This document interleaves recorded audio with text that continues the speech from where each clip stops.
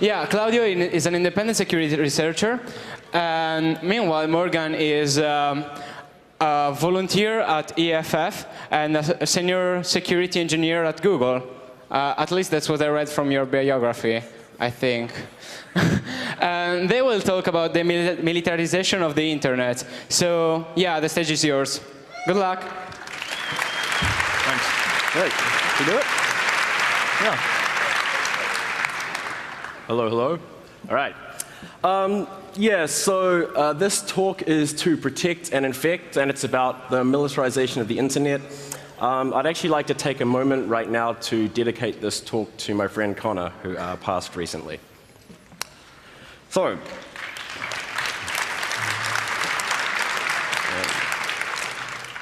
this talk comes with a standard disclaimer. Opinions represented in this talk are not those of my employer. Most of the work that I did for this was actually done via the Citizen Lab out of the University of Toronto. So, without any further ado, what are we going to talk about? So, we're going to talk a little bit about mass and targeted surveillance, which are topics that I'm sure everyone has heard a lot about recently. Mass surveillance, as I'm pretty sure everyone knows, is frequently sort of carried out using deep packet inspection technology. There's sort of a variety of companies that sell this. One that you're probably familiar with is Naris. This first came to fame or infamy because an AT&T technician by the name of Mark Klein was involved in installing a room using this technology for the NSA at the Folsom Street exchange in San Francisco of AT&T. Recently, there's been a whole bunch of revelations about the NSA's massive intercept capabilities. This is illustration of X-keyscore, which is a technology used to intercept internet traffic, and so forth. As you can see, they have a lot of interception points all over the world, as you would expect from the world's best funded spy agency. There's a lot of technologies that are used all over the world, though, to perform this type of intercept. The editorialization of the blood in this slide was actually not added by me. Amisys is a French company, and they were found to be selling the massive intercept capability that was used in Libya. Turns out people were not entirely impressed with this, and they were investigated under the auspices of being complicit in the torture of the regime. Another company that I want to emphasize doesn't necessarily sell technology that one would prima facie call spying technology. Blue Coat sells technology which can be used for real-time monitoring of your network. However, they have also attended surveillance conferences and pitched their gear as lawful intercept. You might remember in 2011, Telecomics discovered that Blue Coat devices were being used by the regime in Syria. There was a big Wall Street Journal article about this. It was a very big deal, and people got very worked up. Shortly after that, I remember reading that people suspected that Blue Coat was being used in Saudi Arabia. And being a security engineer, I thought, like, well, why are we wondering whether it's used in this country or that country? Surely the solution would be to sit down and map it out everywhere, and then we would just know. So I did that. And so this came out at the beginning of this year. What this shows is the black is places where I did not find these devices. That does not mean that they're not there. It just means that I didn't find them. The gray places where the devices were found, but I decided I didn't care. And I decided that I didn't care based on the type of network they were found on. For instance, if they were found on corporate networks, the best practice of most corporate networks is to run them in as draconian a manner as possible. And so I was like, well, it kind of is best practice. However, what I decided I did care about was networks where I found them on internet exchanges, ISPs, and provider networks. So as you can see here, we found them sort of liberally used everywhere, including Qatar, UAE, Bahrain, Saudi Arabia, Kuwait. And one of the reasons why I found this sort of interesting was because the proxy SG device that they sell offers what they would describe as SSL intercept capability. They obviously don't give you a certificate. You have to find one of those yourself, but if you do, then there's a sort of a choose file dialog. You can upload your cert and then start intercepting that sort of traffic, which is obviously worrying. So this was published in the New York Times, and what was useful is shortly after this, mainly as a result, I think, of Telecomics' efforts, the government agency responsible for investigating this sort of thing decided that it was not cool that Blue Coat's gear had been found used in Syria, and they were fined, a reseller that they were using was fined $2.8 million. And that was that. But then something really interesting happened, and it was called the Internet Census. You guys might remember this.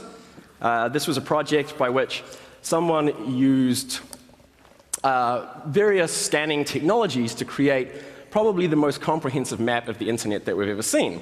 And it allowed us to see inside networks that previously had been closed to us.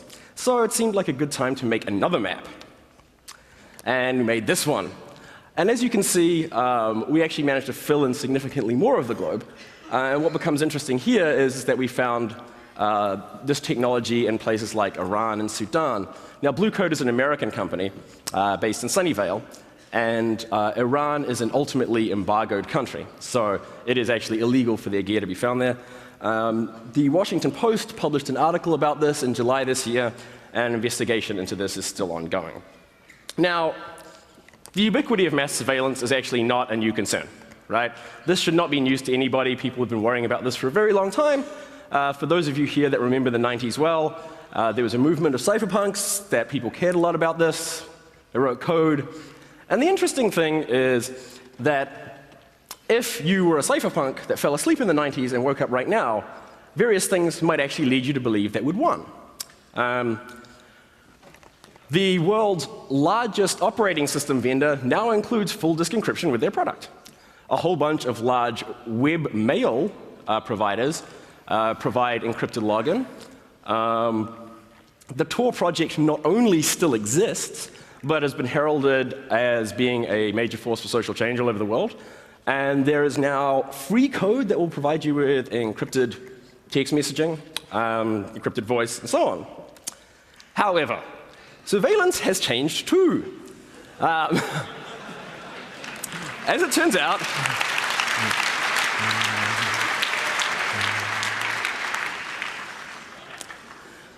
there was a fantastic article that came out a little while ago in Foreign Policy.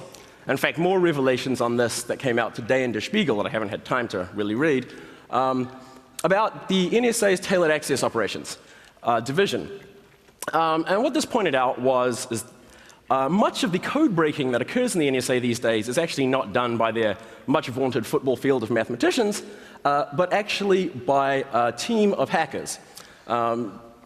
Largely because it is much easier to break into things and steal keys than it is to actually break the crypto. The NSA are not the only people doing this. As you guys are probably well aware, there's been a lot of press about Chinese government hacking, theft of RSA seed tokens, et cetera, and this takes exactly the format of activity that you'd expect. Exploitation of a target, insert implant, steal stuff, data, keys, communications, and so forth.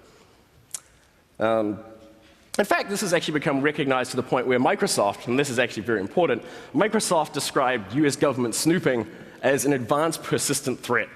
And this is Microsoft General Counsel Brad Smith. So yeah, this was a big deal, right? Like,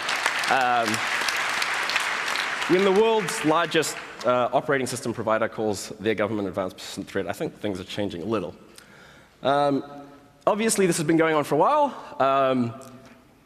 We found out about this sort of thing through the CCC, who released an analysis of a German government Trojan in 2011.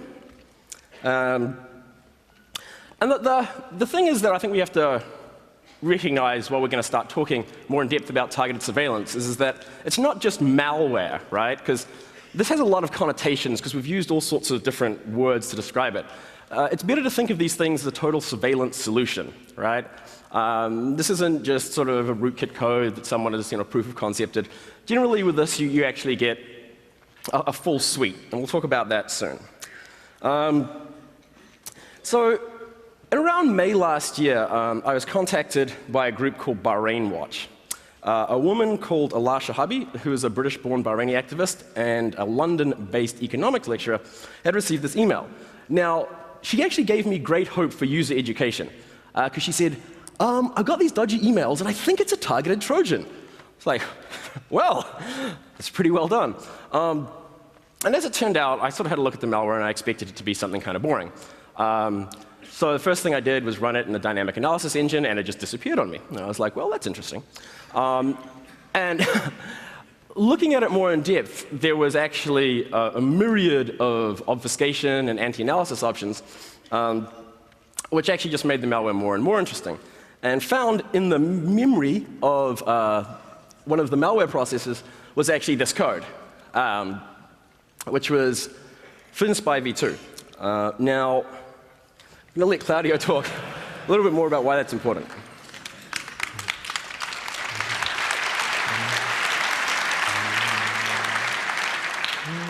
Yeah, so that screenshot was actually pretty helpful for us for different reasons. First of all, because it pretty easily told us what we were dealing with.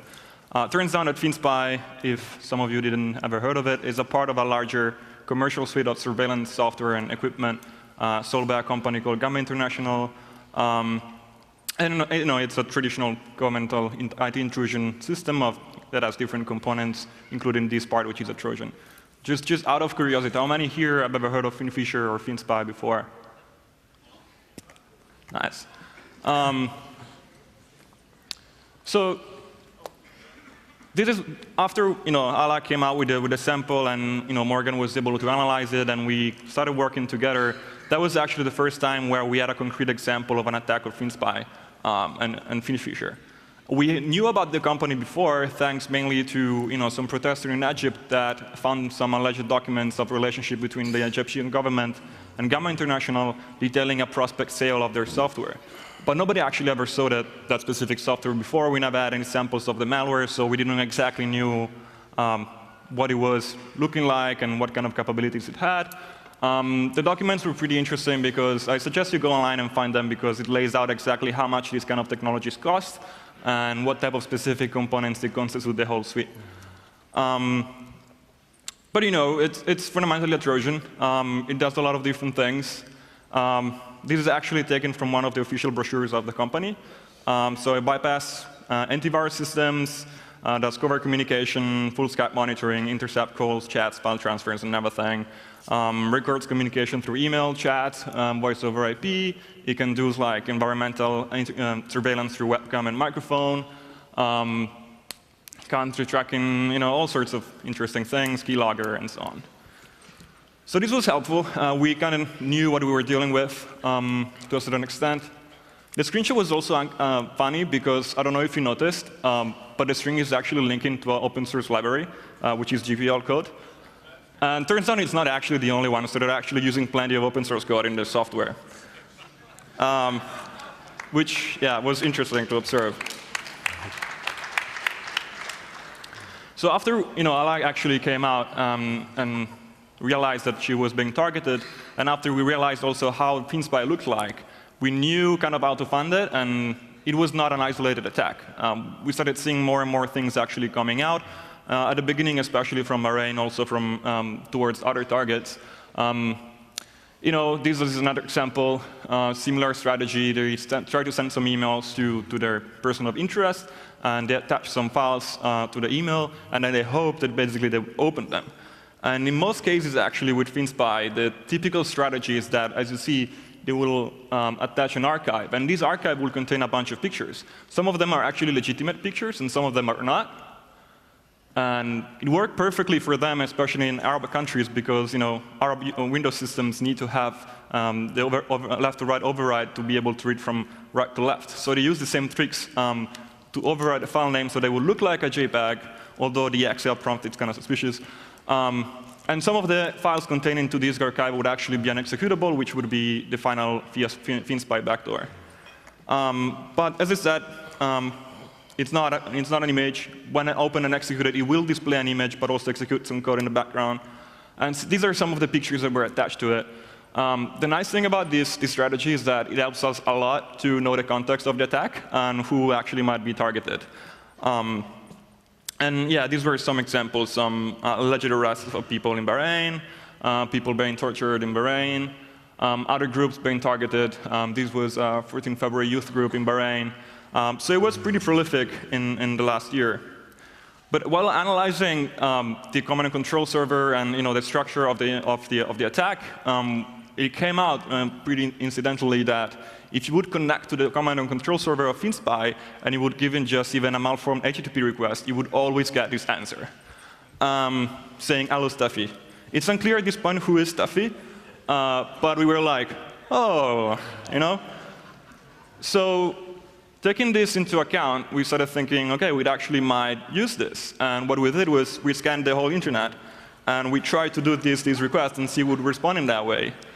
And we published the results, which were kind of interesting, and we'll get that in a moment. But despite the fact that nobody ever acknowledged the fact that this was FinSpy, after we published the report, all of them suddenly started changing their behavior, and the fingerprint was fixed.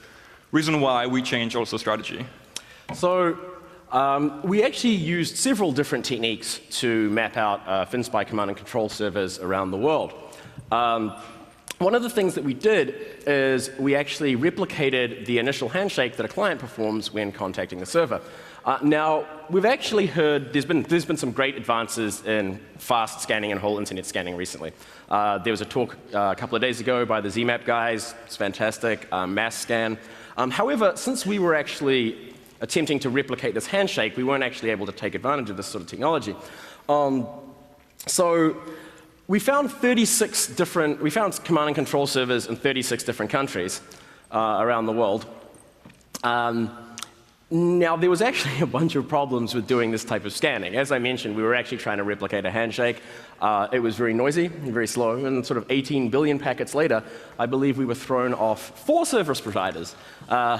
There was one of them that even sent me a mail saying, "You're in breach of our terms of service," and I'm like, "I am definitely not.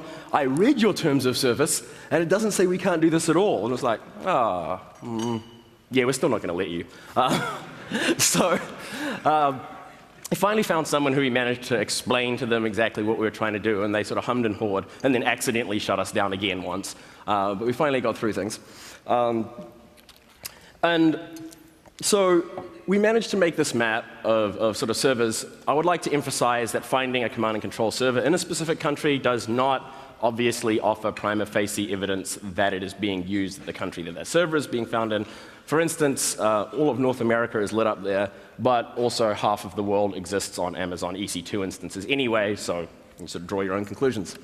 In addition to the sort of scanning and mapping, the use of this around the world, we analyzed the entire suite of mobile backdoors that are provided by FinFisher.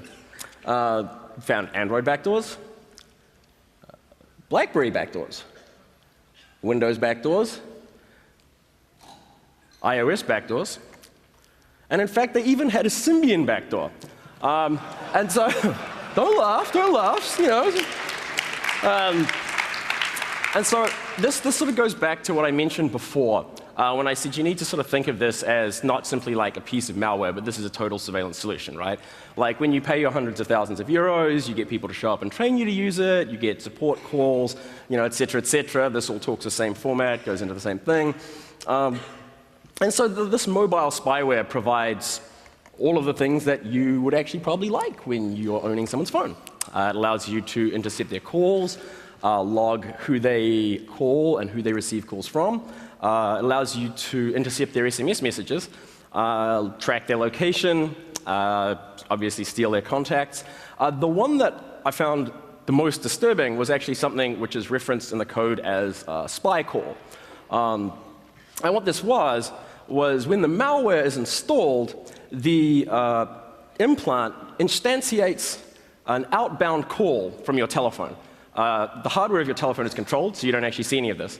And it has this sort of persistent outbound call, sort of giving a microphone of what you're doing, of what you're saying, sort of proximate to the actual device. And it enables call waiting. So that means if an inbound call comes in, control of your device returns, ring, ring, device shakes, flashing lights, you answer the thing, you talk to your friend, you close down the call, and then the outgoing call reinstantiates, and you have the invisible microphone going again, which I found was actually very creepy. Yeah, so we didn't stop at that point. So we started investigating even more. We started receiving a lot more samples. People started getting interested, and new things started coming out. One of the latest attacks that we found using FinFisher was actually used in Ethiopia, and this was the image and the sample that was used. And again, the image actually helped us quite a lot understanding what was going on. And it turns out that, yeah, we discovered it in early 2000, and actually that 13. Should be 13, yeah. And it shows the image shows some pictures of a member of Gimbot 7, which is a political opposition group of an Ethiopian origin, but based in Washington, D.C., which has been recently labeled as terrorist by the Ethiopian government, which a lot of human rights organizations criticized. Not alone. After a consequent report, we found, during the scanning of the internet, we found some things in Malaysia, and a lot of things actually went wrong in that case. That some Malaysian newspaper reported this news and said, there's the Malaysian government using spyware against its own citizen, and it reported another article from the New York Times. And apparently the Malaysian government actually got quite mad about it. What happened is that, if I remember correctly, they shut down the website for like 10 days because of that. And when it came back up, they, I guess, forced or asked them to add a note appended to the article where they were explaining that these were not true, and that allegations were not funded by any sort of evidence, and that they would also suggest that people would be careful of what they say, otherwise they might be prosecuted. And we're like, well, this was not particularly pleasant. However, shortly after this thing happened, we actually found an attack in Malaysia. We found some exploits and some samples. The documents contained were written in Malay. The document dropped FinSpy, and it actually listed a number of candidates for the Malaysian general elections that were about to go off in May 5th. This was actually kind of a pretty solid proof that they weren't lying and that actually were using FinFisher. And when we discovered it, we were like, well, I feel we might drop it before the elections, which was quite fun as well. Right, so obviously we've been looking at various samples, we've been mapping the use of this technology for a really long time. And on May 1st of this year, we published a report called For Their Eyes Only, the Commercialization of Digital Spying. There were sort of various effects of publishing all of this stuff. I think it got on the front page of the New York Times, which was actually useful in that a group of people started to care who are actually far crazier than hackers, which are investigative journalists. And they ended up digging into the funding and commercial practices of Gamma International, and it was found that they had offshore accounts in Cayman Islands and things like that. In the end, the UK government was decided that they weren't entirely sure about the exporting of this technology, and so they decided to stop the sale of this sort of software, sort of pending further investigation. Yeah, another outcome was that the people at Gamma International were not particularly happy, and this was one of the complaints that they explained.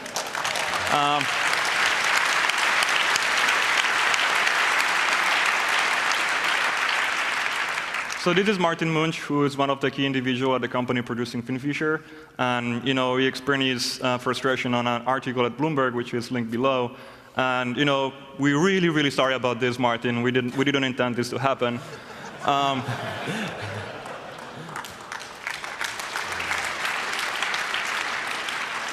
Another funny thing that you might not have noticed is that it actually has a sticker on his webcam.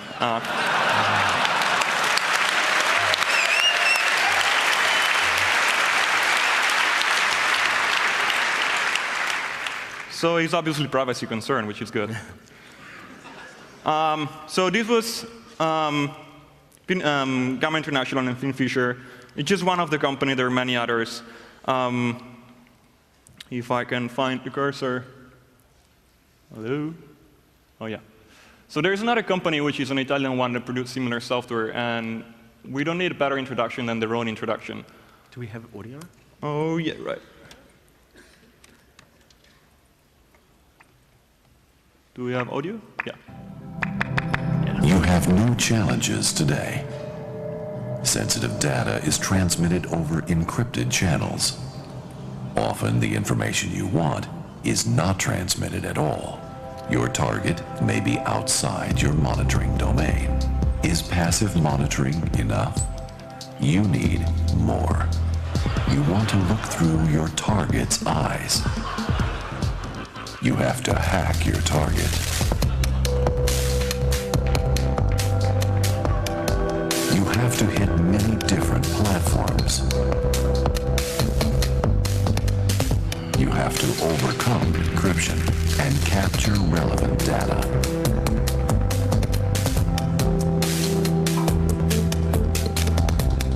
Being stealth and untraceable. Deployed all over your country.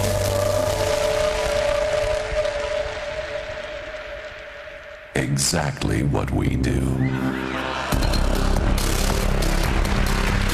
control system Galileo.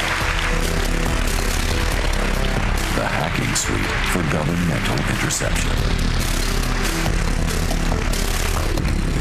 Rely on us.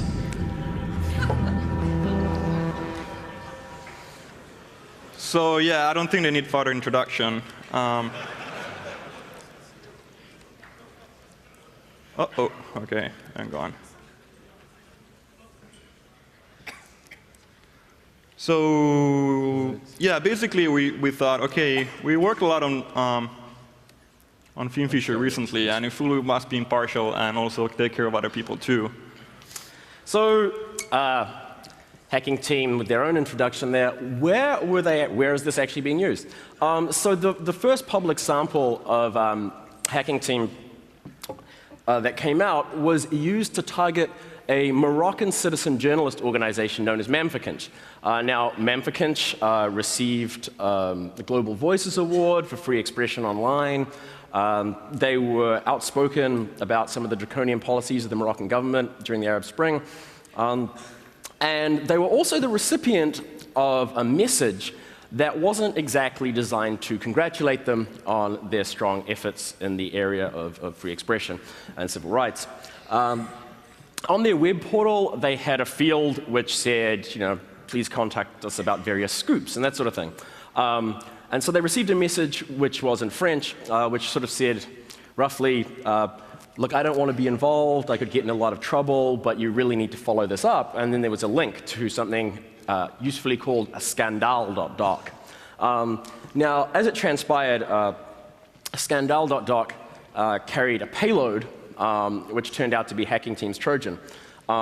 This possesses similar in functionality that we described earlier with Vin Fisher. After this was discovered and investigated, another individual actually came to us. His name was Ahmed Mansour.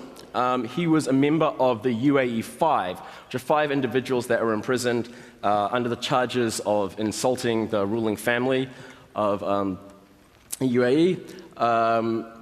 He contacted us after receiving emails from a source that called themselves Arabic WikiLeaks. Now, the document that he received contained an exploit, and it had a multi-stage drop, the final payload of which was actually hacking team's backdoor. The exploit that was used was, if you Google for it, the first hit you get is you get a company called Vupen. Now, Vupen are a French company that sell exploits and claim to only sell them, I believe, to NATO governments. Now, they said that this was not their exploit. However, they were the first people to publicly claim it as their own. Exploits very similar to this in structure are actually still showing up. One showed up very recently in December. It was O-Day at the time of discovery. Used sort of around October and November. It was discovered by various parties. And it was structurally very, very similar to this exploit that was used to compromise Ahmed Mansour and drop hacking team's backdoor. The compression is slightly different, but otherwise there are a lot of structural similarities. It seems as though there is some ambiguity over who's selling this. whether it's VUPIN or whether it's Hacking Team. But fortunately and usefully, a lot of these companies now are adopting positive policies. So yeah, this is taken from Hacking Team website. And they basically are saying, we're concerned about privacies and abuses, and we understand that it actually might be abused in certain ways, and we actually cease contracts and stop working with governments in countries that actually do this. They also encourage everybody to mail them in case you find any abuse of their software, which led us to think, well, we actually might do that. So what we did was, actually before that, we had this conversation at RSA earlier this year. I was in a panel discussion with Jacob and Kurt from EFF and one guy from Hacking Team, where we tried to engage into this conversation on, what's going on, how you guys deal with abuses, what happened in Morocco, what happened in UAE, and nothing was actually very well acknowledged at all. However, he remarked the fact that they do take care of abuses, cease contract, and react with the customer. So the thing is, we already had 2 documented attacks, UAE and Morocco, both of them clearly of abusive nature, and with clear evidence and strong evidence behind it. However, that was apparently not enough to get them convinced. So what we did now, similarly as we did with Finfisher, we started scanning the internet again, or even using public data sets that are already available, like Critical.io, Internet Census, and Scans.io. And there was an interesting thing again. Apparently, surveillance engineers are not very good at disguising their infrastructures. With Hacking Team backdoors, or at least with a dropper backdoor that will later deploy the final one, they disguised the command and control server as an Apache server. However, they failed at replicating the actual behavior of Apache, so things are actually missing or responding in the wrong way. And that helped us a lot. So we realized that we could use this again as a fingerprint and scan the internet and see what would happen. The funnier thing is that by Googling around with the responses that we would get, we realized that we think that the actual software, or at least the basis of the software that they use for creating their command and control infrastructure, it's open source. And it's available on GitHub account of this guy who is an Hacking Team employee. So we scanned the internet. And unsurprisingly, we found things that were a little bit concerning. We found a lot of servers in a lot of different countries. These are the ones that we consider more concerning from human rights records perspective and from a legal and political perspective. We found things in Mexico, Colombia, Azerbaijan, Kazakhstan, Uzbekistan, Oman, Morocco again, Sudan, Malaysia, Ethiopia, and Saudi Arabia, and UAE, and a lot more. So without even not considering the fact that there is some pretty nasty regimes into this list, even just taking Morocco and UAE from this, we were like, well, guys, this is kind of bullshit, because 1 year after, you're still actually selling to these countries as far as we are concerned. That didn't stop. We actually found some more attacks related to the Hacking Team. One of them we found in Oman some months ago. It was interesting, again, in the narrative of the things we see actually don't look very criminal or terrorist nature to us. The document that was embedded into the attack was containing a logo from the University of Nizwa in Oman, and the content was actually an essay on Omanese poetry, which, yeah, could lead to some suspicion. Another attack we actually found about a week ago. So this is relatively fresh. We found a new sample. We started looking into it. It had some interesting indicators and things that we recognized. And yeah, and then I called Bill, which is another guy that works with us in this reporting, and I said, I found these samples, and it definitely is Hacking Team vectors. I'm not sure exactly what it's targeting, but I have a feeling that it might be this. And after realizing and analyzing a little bit more, we thought it would actually might be the case. ESET is the target, is an independent media that is engaged into political opposition in Ethiopia. And so basically, we got in contact a few hours later with the organization, and by the end of the day, we identified the attack and the victim and laid out everything to be documented. And what happened was that they first tried to send over Skype an executable with a PDF icon. And that led the victim to be a little bit suspicious, and he said, well, this is not an actual article, because the name of the file was article for ESET. So that didn't work, so they actually tried to send an exploit, although it didn't work either. However, this is just a teaser. There will be a lot more things that we're still researching and documenting in a better and structured way. So look out for a report. We'll actually have a report out very soon on hacking teams specifically, with a lot more indicators on the countries and the attacks and so on. So we're coming to a conclusion. This was not the work of just me and Morgan. A lot of people were involved into the research and the reporting and the investigations and so on. So, I would like to thank Bill, Jacob, Vernon, John, Citizen Lab, EFF, and Privacy International. If any of you guys are here, I would invite you to stand up, and all of us to make a round of applause for all of these people.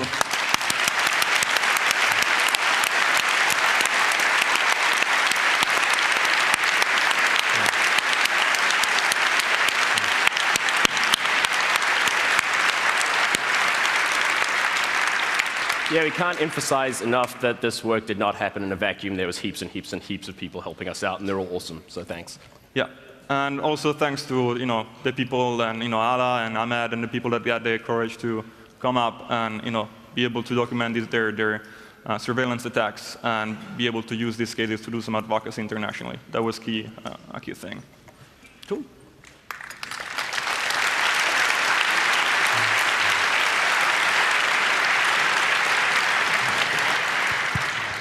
Oh, you went really well. I mean, even before timing.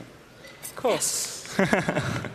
OK, so is there any question? Please queue on the microphones.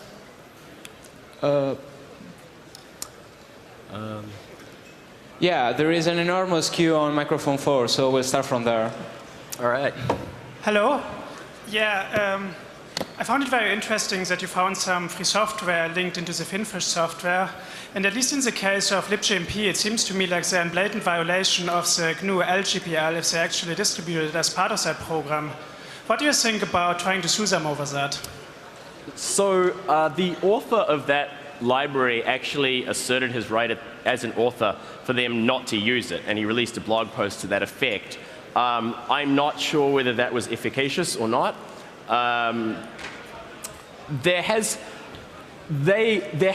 Mozilla actually sued or issued a cease and desist against Gamma International because they were masquerading. Hey, can you please leave this room quietly? Thank you.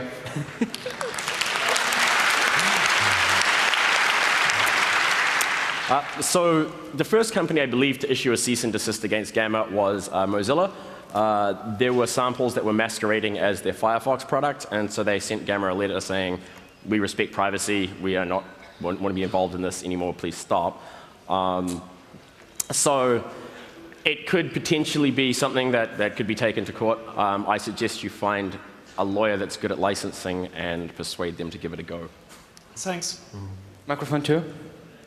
Yeah, hi. Thanks a lot for your presentation. So you may know that the European Union is looking into setting up export controls on surveillance, like mass surveillance devices and Finfish-like software. And we also saw on your presentation that basically, even though there was an embargo from the US on Iran, some blue code devices were found there.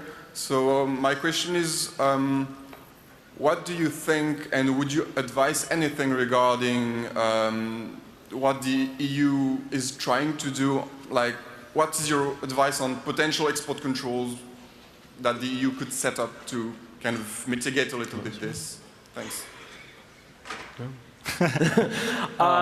So obviously, we are both security engineers and not policy authors.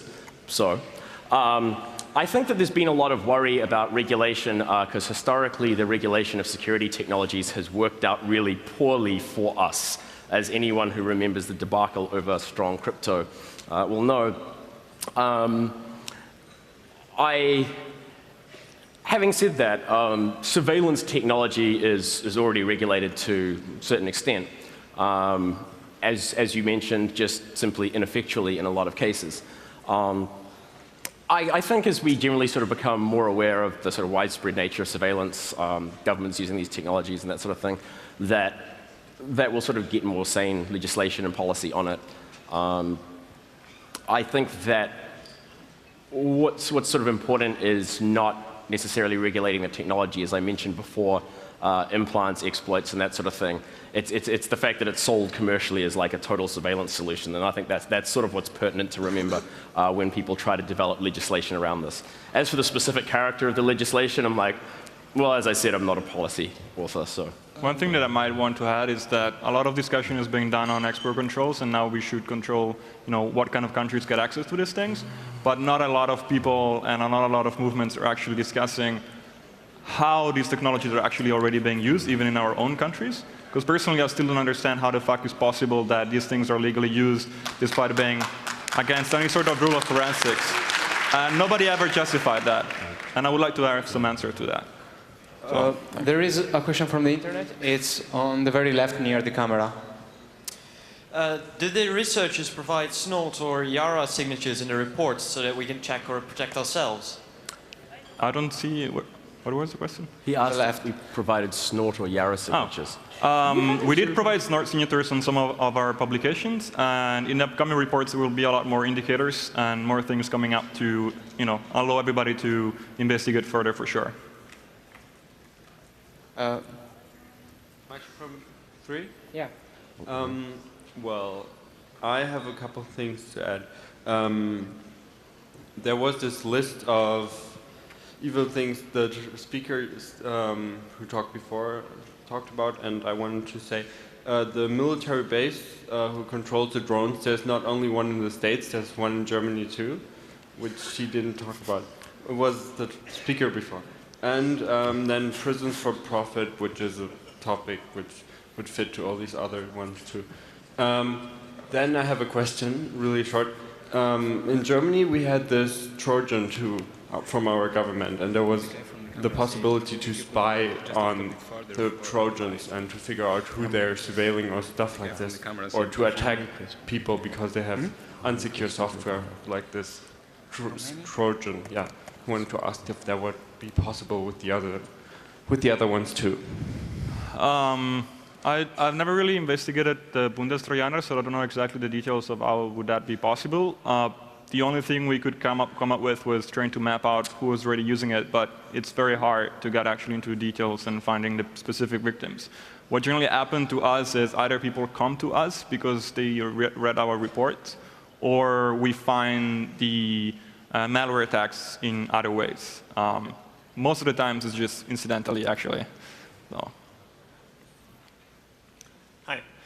So most of the attacks you described today in your talk seem to have been targeted at Windows systems, like all these exe files and the email archive attachments or the Skype PDF stuff. So I wondered, so of course this is also possible for other operating systems like Linux, and I wondered if you have observed any Linux or Unix-like attacks. So, as you pointed out, we actually did analyze a whole bunch of samples for mobile platforms. As well. And I didn't actually mention this, but the first hacking team sample discovered actually contained 2 backdoors, one Windows, one OS X. So, there's sort of an equal opportunity thing going on there. I don't think we have actually published details about OS X samples. I don't think we've published any about Linux. No. I think that probably just speaks to size of user base though, right? And that there's far more Windows users than everything else, then probably OS X, and so you sort of see more based on proportion of target. Okay, so you said you didn't publish that. Does it mean you didn't observe it? Yeah, we didn't find them. I'm pretty sure they have them, but as also considering the kind of targets that we see, most of the cases are journalists or political dissidents and activists, and most of them I assume would use either Windows or OS X in most cases. So it can't be excluded.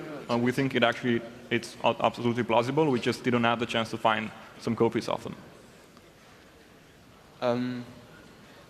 Yeah, we have 30 seconds left, so number 4. No. Just a question. The attacks were always infected emails or Skype messages, right? There were other vectors as well. So both Team and Gamma and all the other companies provide a lot of different ways to deliver the Trojan. The most common ones we've seen obviously were spear phishing attacks, so attached to emails and so on. We think we've seen some with drive-by attack, and but there are other things, other methods that they have. For instance, Gamma have FinFly ISP and FinFly LAN and other delivery methods that I would recommend Googling for. WikiLeaks has published some documents on that. But yeah, in most cases it was spear phishing attacks. Okay, that always answers my question. All right. OK, perfect. So thank you very much.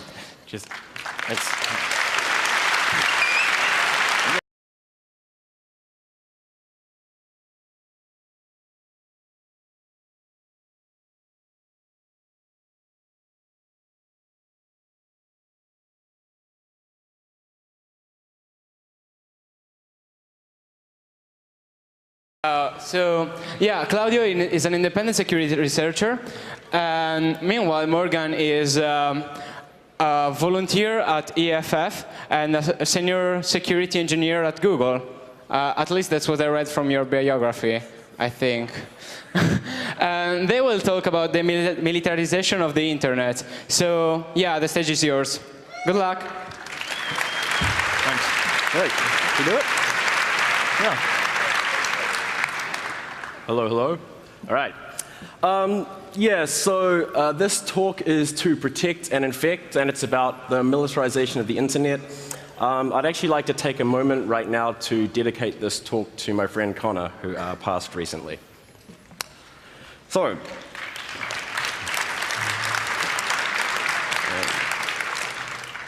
this talk comes with a standard disclaimer. Opinions represented in this talk are not those of my employer. Most of the work that I did for this was actually done via the Citizen Lab out of the University of Toronto. So, without any further ado, what are we going to talk about?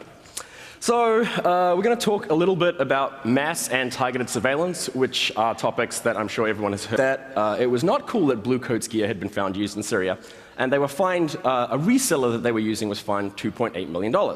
And that was that. But then something really interesting happened, and it was called the Internet Census. You guys might remember this. This was a project by which someone used various scanning technologies to create probably the most comprehensive map of the internet that we've ever seen. And it allowed us to see inside networks that previously had been closed to us. So it seemed like a good time to make another map. And we made this one. And as you can see, we actually managed to fill in significantly more of the globe. And what becomes interesting here is that we found this technology in places like Iran and Sudan. Now, Blue Coat is an American company based in Sunnyvale, and Iran is an ultimately embargoed country, so it is actually illegal for their gear to be found there.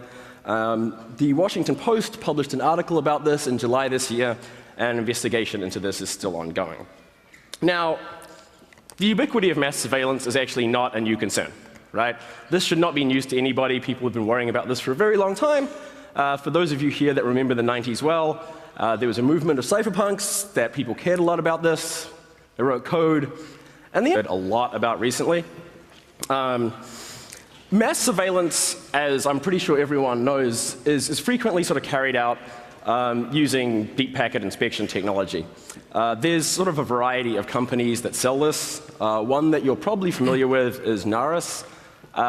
This first came to fame or infamy because an AT&T technician by the name of Mark Klein was involved in installing a room using this technology for the NSA at the Folsom Street Exchange in San Francisco of AT&T.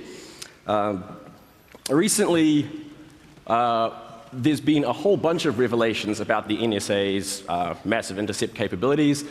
This is illustration of X-keyscore, which is a technology used to intercept internet traffic, and so forth. As you can see, they have a lot of interception points all over the world, as you would expect from the world's best funded spy agency. There's a lot of technologies that are used all over the world, though, to perform this type of intercept. The editorialization of the blood in this slide was actually not added by me. Amosys is a French company and they were found to be selling the massive intercept capability that was used in Libya. Turns out people were not entirely impressed with this, and they were investigated under the auspices of being complicit in the torture of the regime. Another company that I want to emphasize doesn't necessarily sell technology that one would prima facie call spying technology. Blue Coat sells technology which can be used for real-time monitoring of your network. However, they have also attended surveillance conferences and pitched their gear as lawful intercept. You might remember in 2011, Telecomics discovered that Blue Coat devices were being used by the regime in Syria. There was a big Wall Street Journal article about this. It was a very big deal, and people got very worked up. Shortly after that, I remember reading that people suspected that Blue Coat was being used in Saudi Arabia. And being a security engineer, I thought, like, well, why are we wondering whether it's used in this country or that country? Surely the solution would be to sit down and map it out everywhere, and then we would just know. So I did that. And so this came out at the beginning of this year. What this shows is the black is places where I did not find these devices. That does not mean that they're not there, it just means that I didn't find them. The gray places where the devices were found, but I decided I didn't care. And I decided that I didn't care based on the type of network they were found on. For instance, if they were found on corporate networks, the best practice of most corporate networks is to run them in as draconian a manner as possible. And so I was like, well, it kind of is best practice. However, what I decided I did care about was networks where I found them on internet exchanges, ISPs, and provider networks. So as you can see here, we found them sort of liberally used everywhere, including Qatar, UAE, Bahrain, Saudi Arabia, Kuwait. And one of the reasons why I found this sort of interesting was because the proxy SG device that they sell offers what they would describe as SSL intercept capability. They obviously don't give you a certificate. You have to find one of those yourself, but if you do, then there's a sort of a choose file dialog. You can upload your cert and then start intercepting that sort of traffic, which is obviously worrying. So this was published in the New York Times, and what was useful is shortly after this, mainly as a result, I think, of Telecomics' efforts, the government agency responsible for investigating this sort of thing decided